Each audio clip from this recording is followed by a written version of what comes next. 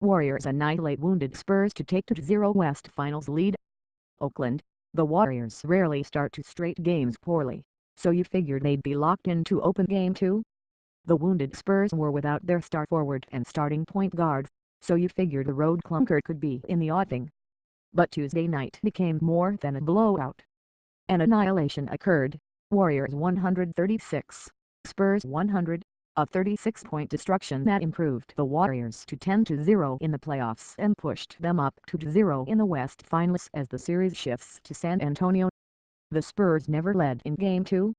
The Warriors were up by as many as 41. And it was only tied for 57 seconds.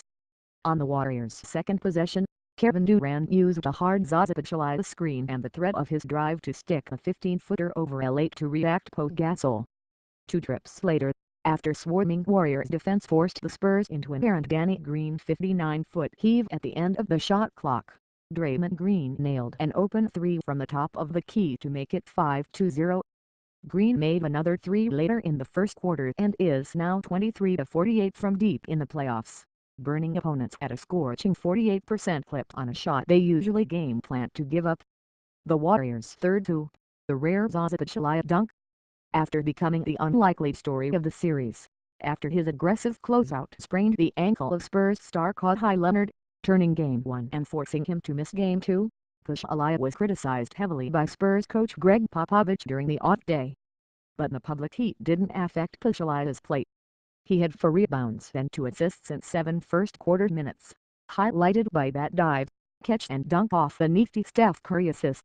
But because Pachulia doesn't rise up much, the rare exertion apparently hurt the big man. Pachulia didn't return to the game after halftime and his status for Game 3 is unknown with what the team deemed a right heel contusion. He'll get an MRI on Wednesday. He joins Andre Iguodala, who missed Game 2 with a left knee contusion, as the second Warriors rotation player on the injury list. But other than that, nothing else went wrong for the Warriors. That 7-2 lead was quickly 22-10 and then 33-16 by the end of the first quarter, as the wounded Spurs wilted. "I think we maybe felt it too much, Kawhi being gone," Greg Popovich said. "As I watched, I don't think they believed. And you have to believe. I don't think as a group they really did, which means probably a little bit feeling sorry for themselves psychologically, subconsciously, whatever psychobabble word you want to use. That's the way I process it. I don't think they started the game with a belief. And it showed in the lack of edge, intensity, grunts, all that sort of thing. That was disappointing. That the root of the destruction was a locked-in Warriors defense, sensing blood without San Antonio's best playmaker in the building.